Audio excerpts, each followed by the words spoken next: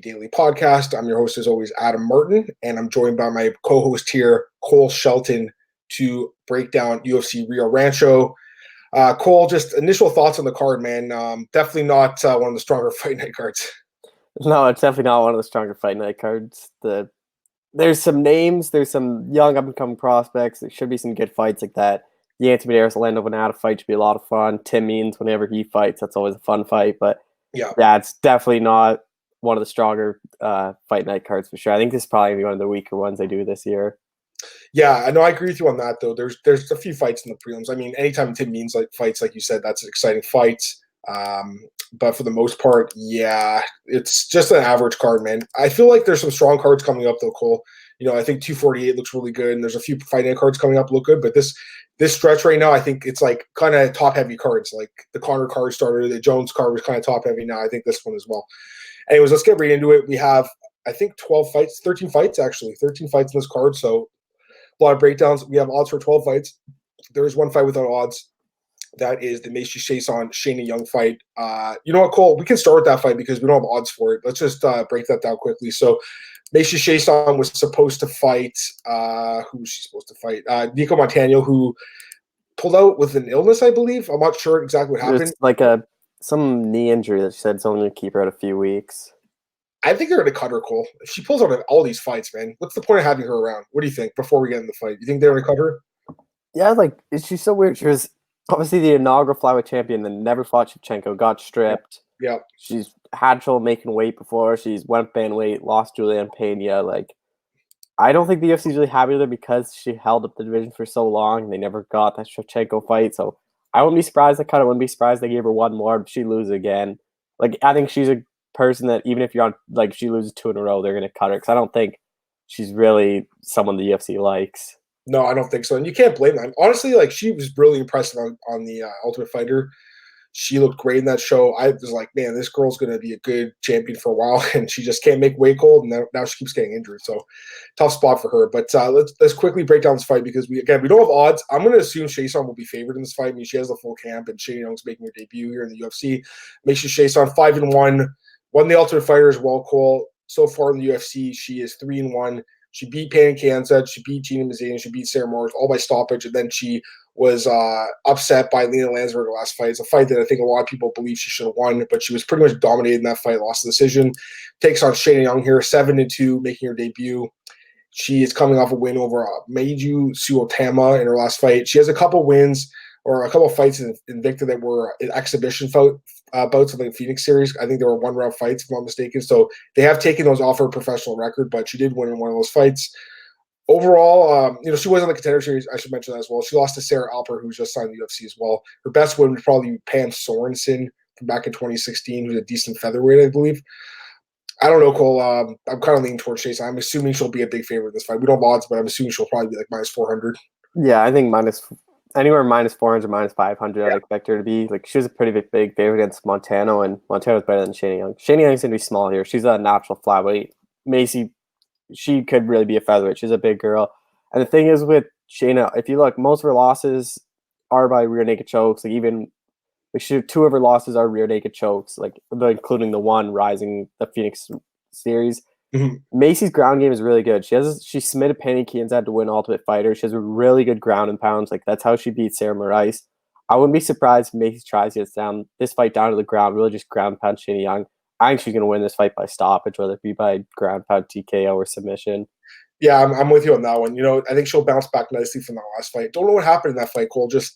I know she had a lot going on last year too. She lost her apartment or the condo she was in. I can't remember what happened, Cole, but she lost a lot of her belongings.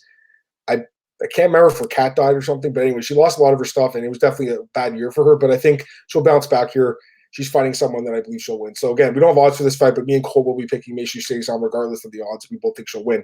Now let's get to the fights with the odds. So we'll start with this one, the flyweight bout. Mark De La Rosa, the husband of Montana De La Rosa, who's fighting on the same card. He'll be taking on Raulian Paiva in a flyweight bout.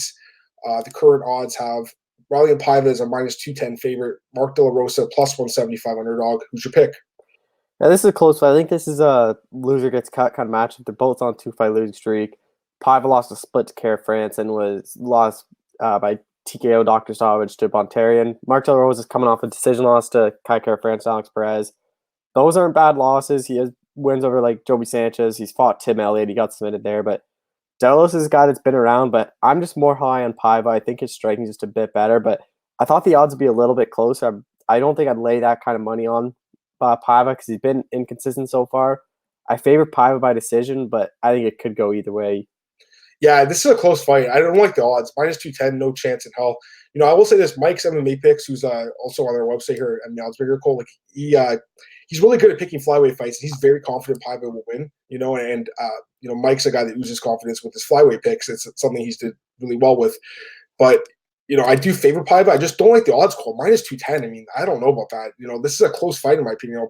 Mark De La Rosa has won fights at the UFC. He has proven he can get his hand raised.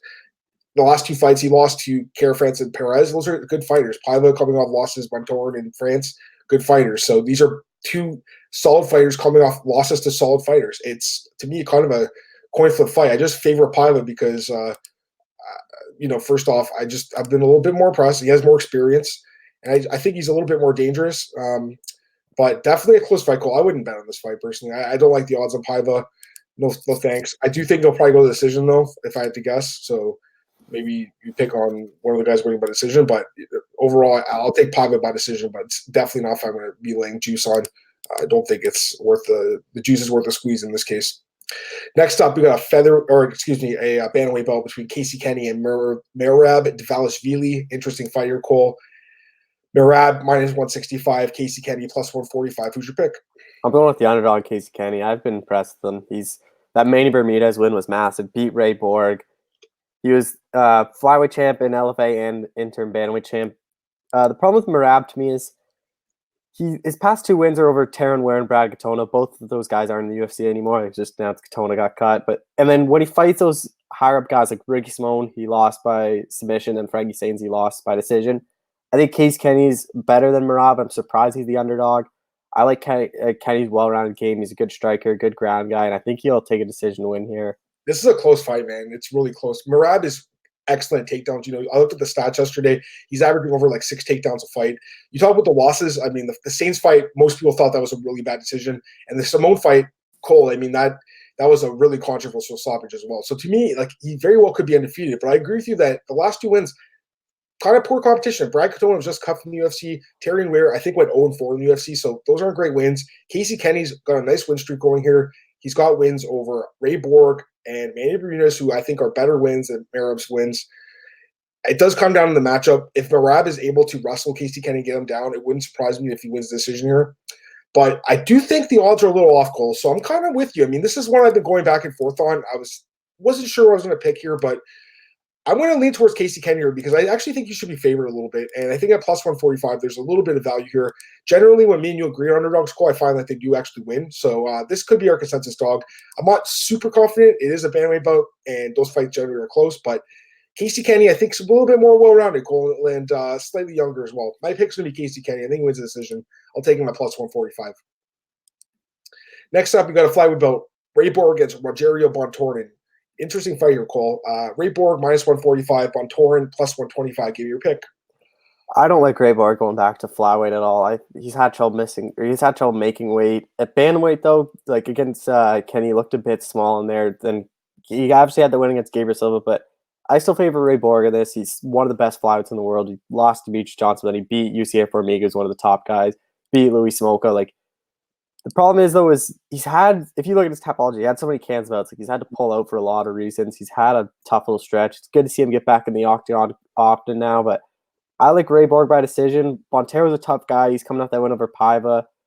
I just think Borg's the better all-around fighter. I think he'll earn a decision win, maybe a late stoppage win. Yeah, this is another tough fight to call, honestly. Bontorin actually opened as, I believe, the favorite here at some of the sports books anyways. -180 at 5 So he opened as a decent-sized favorite. Obviously, the betting public kind of went on Borg here. Borg is a tough guy to bet on right now, I think. He's just been a mess. I mean, obviously, he's got had a lot of personal issues. I think his son's doing better, but his son was really sick. He had a ton of injuries, Cole. Like, if you look at his topology, Cole, he pulled out 6 straight fights, or there was an injury in 6 straight fights. That's crazy. So he's had a lot of canceled fights, which I don't like. But we have seen Ray Borg look really good at times in the UFC. His grappling obviously is through the charts. You said he has some really good wins. The Firmino win is really good. On Torin, though, I mean, he is dangerous, Cole. Like, I don't think you can count him out here. I mean, 16-1 record is solid, and he's got a 4-fight win streak, and he's got wins over Paiva and Bibulatov, who was a highly touted prospect in the UFC. His only loss in his career to Michinori Tanaka, who's a very good fighter as well. So I think there's a good chance that Bontorin actually might get the upset here. I'm not going to bet on it, though. I will take Borg. He's the hometown guy. I think that'll help him here. I think it's going to be a close fight. I think he edges it out, Cole. I wouldn't bet on Ray Borg, though. I don't think he's a guy you want to put your money on right now. Next up, we'll go to the men's lightweight division. Scott Holtzman against Jim Miller, Battle of Veterans. Scott Holtzman right now, -130. Jim Miller, +110 underdog. Who's your pick? I like Scott Holtzman here. I think this is a fight. It's kind of weird. Like, Holtzman feels like they up and cover in this fight, but they're both the same age. Like, Holtzman hasn't been around MMA that long. Miller's a veteran. His last fight was really impressive, the submission over Guida. I thought he would have lost that fight, but Miller loses to a lot of guys with power. Like, he lost Dan Hooker. Like, I think Holtzman has the power. I think he can hurt Jim Miller, and I think he can TKO him in the first or second round. Holtzman's last performance against Dong Ho Ma, that really impressed me. He really showed off his striking and power. I think he can do something similar to Jim Miller here. I like Jim Miller, man. Plus money, no, I'm taking him for sure. Scott Holtzman's a decent fighter, but I mean, Cole Dong King has no chin. I mean, the guy's just cut from the UFC. He's been knocked out in every fight. I wasn't too impressed by that. I thought he'd win. To me, his best win is Alan Patrick. I thought that was impressive, but he's a good fighter, like you said, Cole. He's a little bit older, 36, like surprisingly. But I mean, you look at the competition. Jim Miller's level competition is so much higher. I mean, he has taken a lot of damage, but he's been around forever. But he's looked good lately. 3 of his last 4 fights are wins. Clay Guida, Gonzalez, and Alex White. Clay Guida, that was a good win for him. I thought he'd lose that fight too, Cole, like you did. And he looked good. And his losses, Duke Bronx, Dan Hooker, Trinaldo, Pettis, Poirier, those are like top-level guys. He's only loses to like literally the best guys. So to me, I think there's value in Jim Miller at plus money. Again, he's a little bit long in the tooth, 36 years old, but so is Holtzman. So I think the age washes each other out here. I am concerned about the damage. He could get knocked out. It's possible for sure. But generally, Cole, he's a tough guy to knock out. And Dan Hooker and Cerrone are the only guys to finish him by strikes, I think. So he's a hard guy to get knocked out. And I think he's going to win probably a decision or maybe a submission here. It's possible. But yeah, I like Jim Miller plus 110. That's my pick. Next up, bantamweight bout. I like this fight a lot, Cole. Nathaniel Wood taking on John Dodson. Nathaniel Wood, the prospect, -155. Dodson plus 135. Who's your pick? Yeah, this is a fight Nathaniel Wood's been talked about as like the future bantamweight division. This is a tough fight. I'm picking Nathaniel Wood to win, but I would not be surprised if John Dodson pulled off the upset. If you look at who Dodson loses, he loses the top guys. He lost Peter Yan, Jimmy Rivera, Marlon Moraes, John Lineker, Demetrius Johnson twice. Those are his past couple of losses. He has winners like Pedro Munoz, Eddie Wineland. He beats like those up-and-coming guys, which Nathaniel Wood is. It's a tough fight for Wood.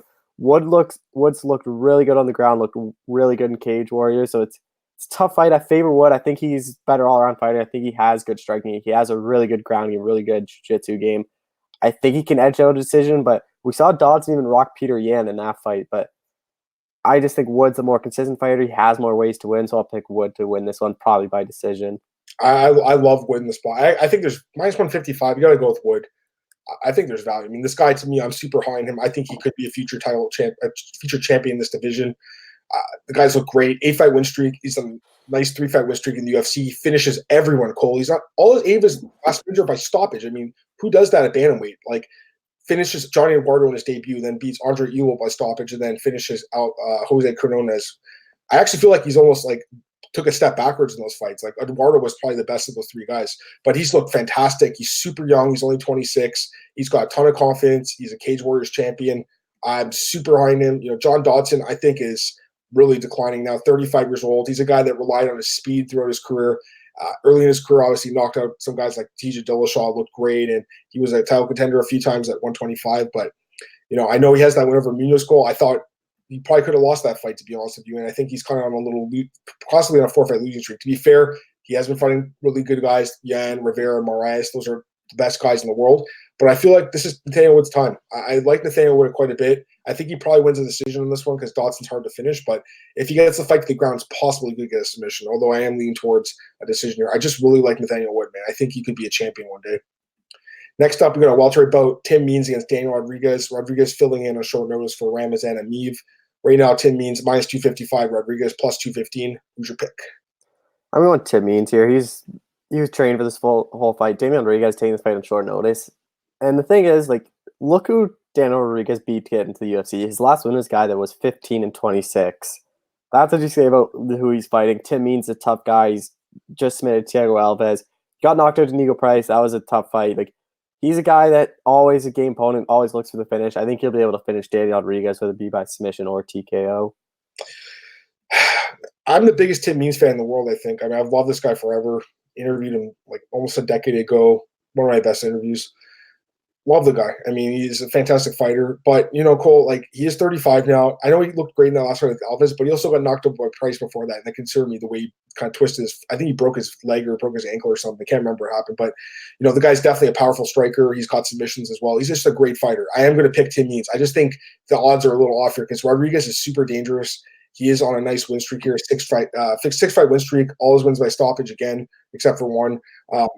The level of competition, though, for sure, Cole, I'm with you, it very much lower. But, there is something to be said about a guy on a nice win streak like this. And, he is a little bit older at 33, so he's not like a young prospect by any means. But we saw last week with Kalen Williams and Morono, man. This kind of reminds me of that fight, Cole. Just a guy that everyone thought was going to win, big favorite. Actually, the odds were the same. And then you see the dog go in there and smoke him, a guy we didn't know much about. We did see Rodriguez on Contender Series, so I am somewhat familiar with him. Wasn't too impressed with that, but he did look good, obviously, in his last fight, got signed. My pick's Tim Means, Cole. I'll take him probably to win the decision here, but honestly, if Rodriguez goes in there and knocks him out, it wouldn't surprise me because I do think we are sleeping on this guy just a little bit. I believe that's it for the prelims. Now let's go to the main card. Opening up the main card, Cole, this could easily be fight of the night. Yancy Medeiros against Lando Venata. I know you love this fight, Cole. It's a good fight. Right now we have basically a pick 'em. Venata slight favorite, minus 115, Medeiros minus 105. Who's your pick, and do you think it could be fight of the night? I think this is my early pick for the night, and I got Yancy Medeiros in this one. This is more just Lando Venata is just too inconsistent for me. Like, he's 10-4-2. He looks so good against Tony Ferguson. He almost beat Tony Ferguson, and then since then, it's like he beat John McDessie with a highlight reel knockout. He lost David Tamer, draw against Bobby Green, lost against Drakkar Close, draw against Matt Frivola, beat Martiona, which was a setup fight for him because that guy was not UFC caliber. Then lost to Mark Diakiese. He's just too inconsistent for me. I know Yancy Medeiros is on 2-5 lose streak, but that was Greg Gillespie and Donald Cerrone. No shame in those losses. Then knocked out Cowboy Oliveira, Eric Silva. He's beat John McDessie. Like, he's just fought a lot of top guys. I think he can edge out a decision win. I don't think either of these guys are going to get finished, but I just favor Medeiros just because, to me, he's been a more consistent fighter. This fight's crazy, man. I honestly have no idea who's going to win this fight. I think it can go either way, Cole. I think either guy could get knocked out or submitted, or I think the fight could go to decision. Either guy could get their hand raised. I think it's a really very tough fight to pick. I would not bet on this fight, guys. I think it honestly could go either way. You could even see a split decision here where the guy that should have won lost or vice versa. I don't know. I mean, this is tough. Medeiros is definitely a good fighter. I mean, we've seen this guy finish fighters like Alex Oliveira, which was a great win. And he's got a good submission game, good knockout power, but his chin is not very good. And he's been submitted a couple times as well. Lando Venata, just so inconsistent. Cole, like you said, man, look at his recent record. It's crazy, right? He's 1-3-2 in his last 6 fights. That's just weird. Having said that, I mean, he's fought a pretty high level competition too, to be fair, like a decent level competition. I wouldn't say super high. I think Medeiros probably fought higher level. I don't know, Cole. This one can go either way, man. I'm kind of leaning towards Venata a little bit. I don't know why. I'm just kind of leaning towards him just outstriking Medeiros here for a decision, but he could knock him out too, or he could get knocked out himself. Again, I'm not picking like a confident winner here, but my ever so slightly would be Lando Venata to edge out a very close decision. He is fighting close to home, and I think that could be the difference in this fight, but definitely a fight that could go either way, and Cole could absolutely be right with this one. All right, next up, got lightweight bout Brock Weaver against Kazula Vargas, Rodrigo Vargas, whatever you want to call him, Cole. Brock Weaver, surprisingly a minus 280 favorite. Vargas, a plus 240 dog. What do you think of this one of those odds? Yeah, I got Brock Weaver to win, probably by decision, but I would never bet this fight. Brock Weaver's making his UFC debut. Yeah. He impressed me, but I think he more got signed for his post-fight interview and what he was like to Dana White after the Contender Series. He has he has good wins. He fought in Ivan Fights, which is a good promotion. He's fought Crazy Horse, and he's fought in BKFC too, and he lost to Joe Riggs. But I just think he's a better, well-rounded fighter. He has a good ground game, good boxing. I think he can edge out a decision, but I wouldn't lay money on this fight at all. Minus 280 on Brock Weaver. You don't want to do that. That's stupid. Don't bet on this fight, guys.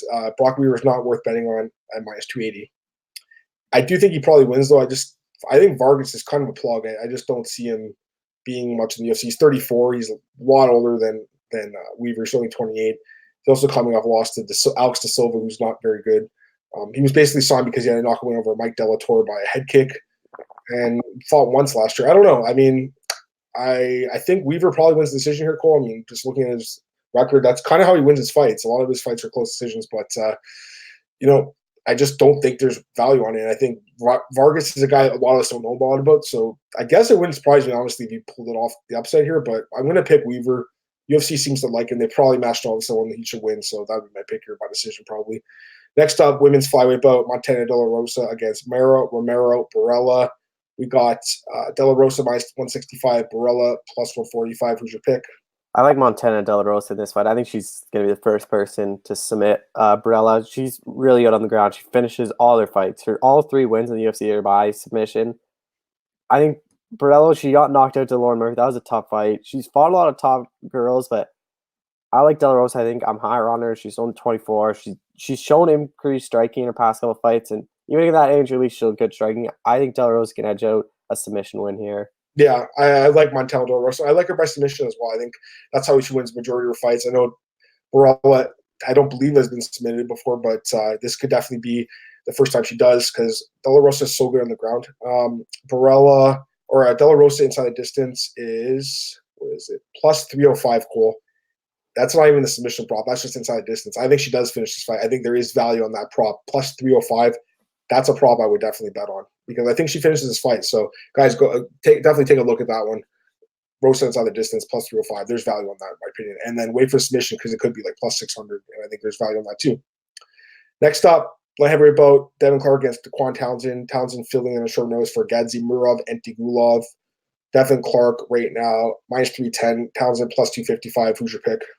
I think it was good for Devin Clark that his opponent fell because I thought he would have lost that fight against Daquan Townsend. I'm taking Devin Clark all day. Townsend 0-2. He's taking this fight on like 21 days after his past fight against Pavon Lewis, and he didn't look real impressive in that fight. And believe it or not, I'm actually picking Devin Clark to get his first UFC stoppage win here. I think he can knock out Daquan Townsend.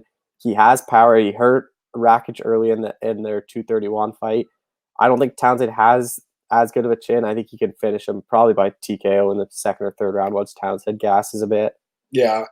Townsend, man, I mean, this guy, he's filling in on short notice. He just lost like 2 weeks ago, Cole, to Von Lewis. I'm assuming that if he loses, he'll be cut here. And good for him for filling in a short notice, but I don't think he wins this fight. Clark, I'm just not that high on Clark, though, honestly. I wouldn't bet on him at minus 310 because this guy doesn't have a good chin. He can get submitted. He's just not a great fighter, in my opinion. I think he's really overrated. I don't think he wins by stoppage goal. I mean, he hasn't had a stoppage yet. He basically holds guys down and wins decisions. Townsend, majority of his losses are by decision as well. He's lost 10 times, and I think 7 are by decision. I think he loses a decision here. Let me my pick. Clark by decision. What's the prop on that? Minus 120. I mean, it's a pick 'em basically. I wouldn't bet on Devin Clark though. I don't like his chin, man. He could get knocked out here. It wouldn't shock me at all. Minus 310 on Devin Clark. No, thank you. But I still think he'll probably win the fight. All right, co-main event, Diego Sanchez against Michel Pereira. I have no idea what's going to happen in this fight. It's a crazy fight. Michel Pereira right now, minus 155. Sanchez, plus 135. Who's your pick? Yeah, this could also be a fight of the night. This is great. I favor Diego Sanchez as an underdog to get plus money on him against Michel Pereira. I think that's value showing. I think Pereira's going to gas him. I think he says he's not going to do those flips. I think once he gets in there, I think he's going to do all those flips. I think Sanchez can avoid it the first round. I think if Sanchez gets out of the first round, I think the fight's his. Mm-hmm. I think fight down to the ground and just ground pound Michel Pereira. I'll pick Diego Sanchez by third round ground pound TKO because I think Pereira is going to go for the early finish. I think he has a shot at getting it because we've seen Diego get knocked out before, but if he doesn't, I think this is all Diego's fight, and to get plus money, I'm going to go with Diego Sanchez. Yeah, in general, I don't like this card for betting very much, Cole. There's only a few fighters I really like. I like De La Rosa. I think I said I liked Wood as well, and then a couple of dogs. But this is a fight that I think can go either way. I mean, like you said, Sanchez, he has the cardio, he has the wrestling. He is a very experienced guy. He's fighting close to home. If this fight goes out of the first round, he probably does end up winning a decision. But honestly, Cole, I kind of lean towards Pereira knocking him out, man. I feel like Sanchez's chin is definitely on decline. No, welterweight's a little bit stronger, but he does have those knockout losses to Brown, Iquinta, Lozon. The last fight got dominated. He did beat Gallin White. I actually picked him in those fights. I thought he would win, but in this fight, Cole, I don't like him as much. I think Pereira will fight a little smarter. And here's the thing I like about Pereira, Cole, 12 years younger. I mean, there's something you said about that, 26 and 28, and he's a guy with a ton of experience for someone his age. So my pick would be Pereira by first round knockout, but if he doesn't get the knockout, he could gas and lose the decision. So it's kind of a risky bet if you ask me, but that would be my pick. I think he does actually get the stoppage in this fight. And finally, we have the main event of the evening. It's a rematch between Corey Anderson and Jan Blachowicz. I think I'm pronouncing that right. He was pronouncing it on Ariel's show yesterday. It's a tough name to pronounce, man. Anyways, Anderson right now minus 200, Blachowicz plus 170. It's a rematch, Cole. It's 5 rounds. Who wins? I like Corey Anderson in this fight. I think it's going to come down to can Jan Blachowicz stuff the takedowns. That was the deciding factor in the first round. He stuffed Jacque's takedowns.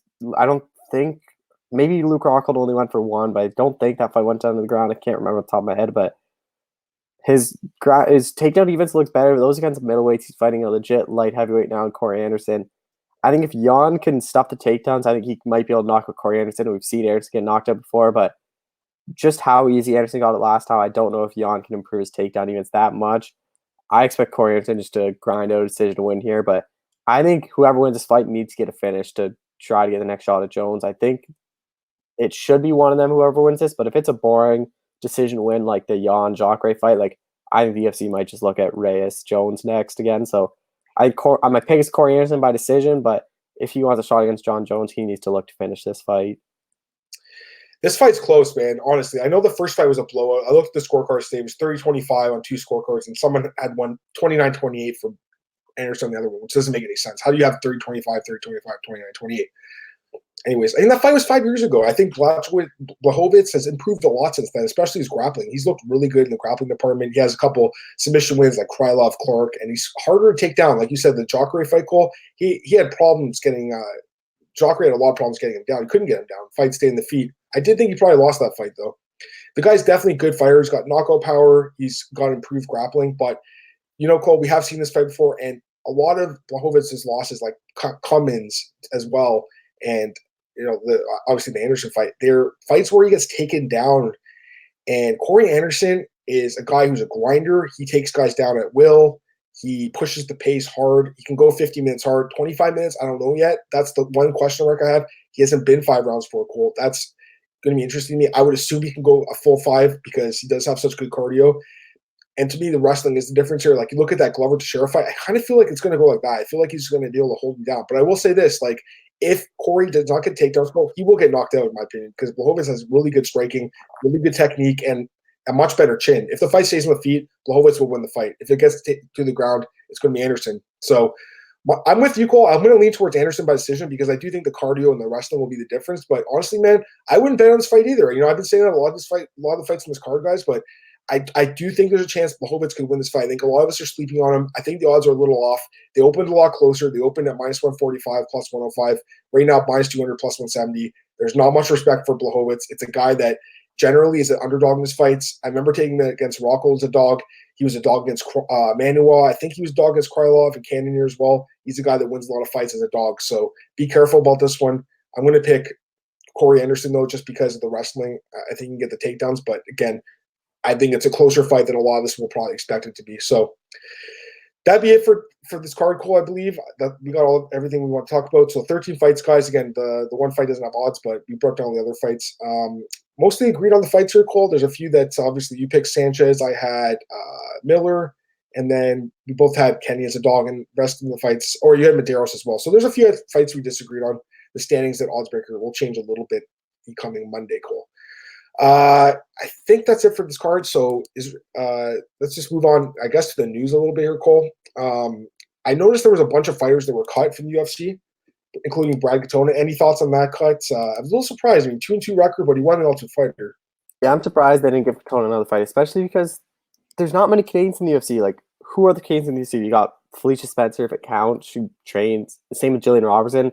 They both lived in the States since they were like 15, 16 years old, so I don't really know if that counts anymore. You have Tristan Connolly.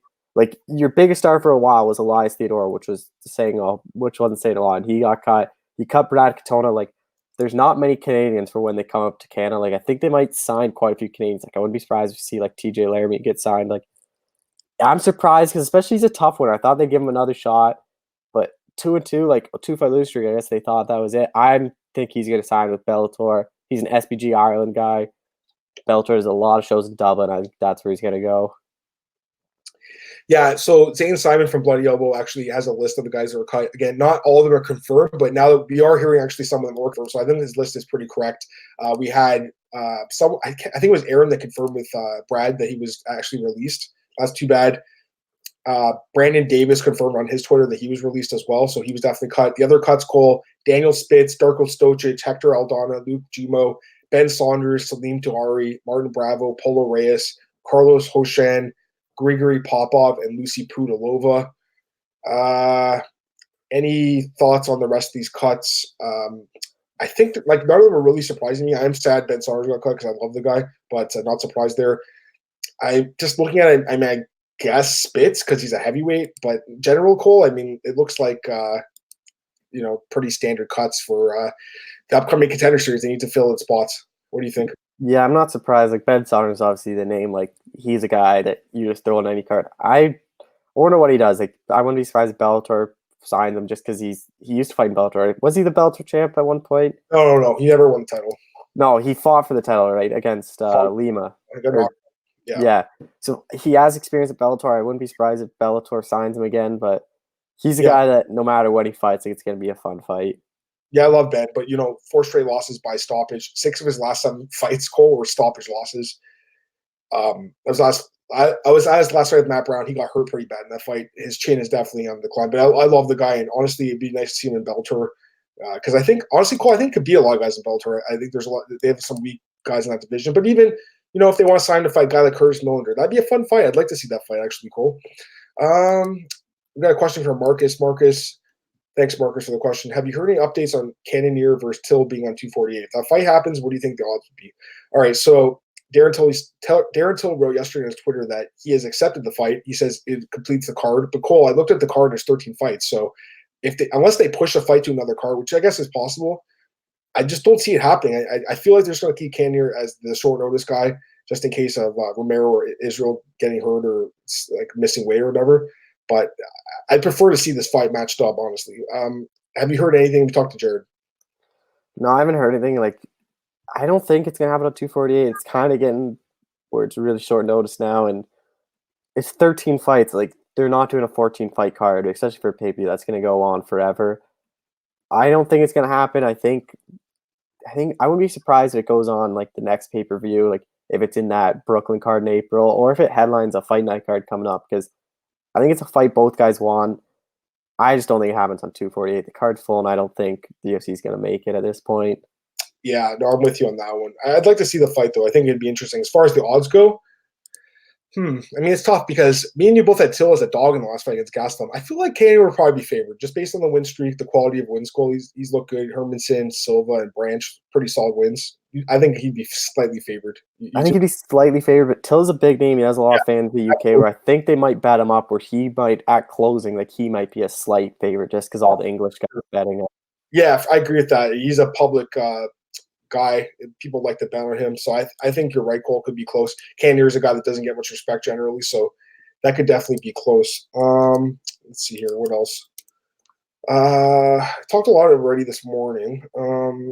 I did an article on John McCarthy, by the way, on the Weighing In podcast. Cole, he talked about the fight with Reyes and Jones, which we talked about yesterday, and I know you scored it with Jones. McCarthy says it should have been 48-47 Reyes. I do respect McCarthy's opinion, except for when he talks about Michael Page in comparison to Anderson Silva. That is ridiculous. But for the Bellator stuff, he's biased. I think for the UFC stuff, though, I think he was right about this. But again, it's a close fight. He said it's not a robbery. I just felt that Reyes did enough to win based on the judging criteria. And he's a guy that was involved with the writing of the unified rules. So I think that's important. And Cole, I said on today's show to people. I mean, I'm not sure about you, Cole. Cole, have you read the unified rules? Yeah, I've read them not recently. I might have to go check it out again. Yeah, I think it's good to brush up on them. Even myself, I've read them definitely a few times. I'd like to brush up on them again. And I think everyone listening should brush up. Go read the unified rules. I think it's worth reading. I also think it's worth reading the judging criteria. Again, Cole, I'm not saying you haven't or anything, but I think a lot of fans haven't, Cole. I really think a lot of fans, they just see it on the UFC broadcast at the beginning, whatever they say about the scoring. They don't actually read the in-depth rules. So I think that has something to do with it. Now, I want to talk to you quickly about the open scoring, which I already talked about this morning, but I want to get your thoughts. I don't think it's going to change that much, Cole. I don't think it's as big of a deal as people are saying. I think the judges are just really bad at their jobs. I don't think it's the actual open scoring. I don't think that would change that much. But what do you think? Yeah, like I talked to James Krause last night too about it, and he was what I told him, and he didn't even know this, was he would have won the fight if that Joe Solis guy scored the first round for him. That Joe Solis guy gave Giles the first round, and that was a scorecard that he lost on. So if he would have won the first round, he would have won the fight by split decision. He thinks open scoring would be a difference because he said if he knew that judge had him down 2-0, he would have went for it. He said he did go for it, but maybe would have done a bit more. Maybe he would have tried a bit harder in the second round to get up or stuff like that. But the problem with open scoring is if you have a champion up 4-0 or 3-1 heading into the fifth, they're not going to go for it. They're going to try to stall. If you have a wrestler, they're just going to try to clinch the entire round, just try to take you down and hold you there. They're just going to try to burn out the last 5 minutes. I think there are pros and cons because on the opposite, like say Derek Lewis against Latifi, say Lewis somehow say Latifi was up 2-0, you would have saw third round Lewis just go everything to the wall. Like I think there's instances where it would be good, but then instances it would be bad, and it would just the third round, the final round would just be kind of boring because they just kind of stall if they know they're winning. I'm with you, and I've heard the argument that they can just take a point for timidity. Well, then you're going to lead to a draw. Probably is that really solving anything? I'll say this. Aaron Bronstein, really good friend of mine, he proposed the 0.5 decimal system. That's not really his idea. Actually, like it's been around for a while. Cole, these guys came in out 10-9. I don't want to see them adding up decimals. I saw Judge Ben Cartilage reply to him, just say like, no, we don't need this.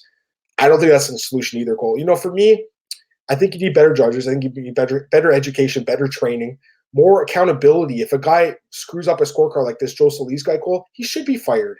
He should be reprimanded. He's going to ruin someone's career.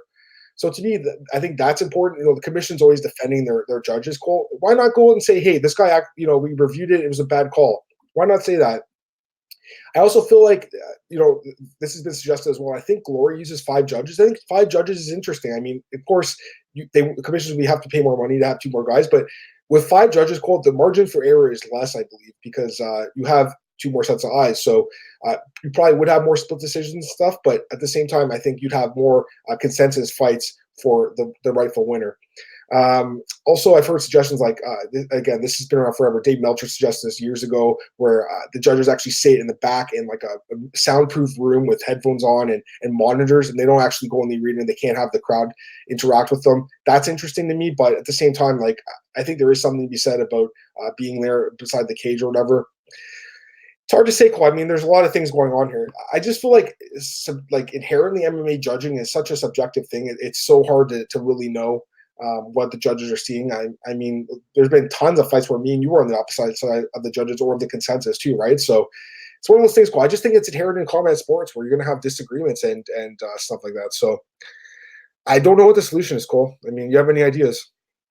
I've always been a component of having 5 judges, but then taking the worst score, like the 2 worst scores, and just throwing them out. So say like someone had 49-46 Jones, someone had 49-46 Reyes, and the other 2 were 48-47. You'd get rid of those 2 49-46s and just go with those middle 3 scores.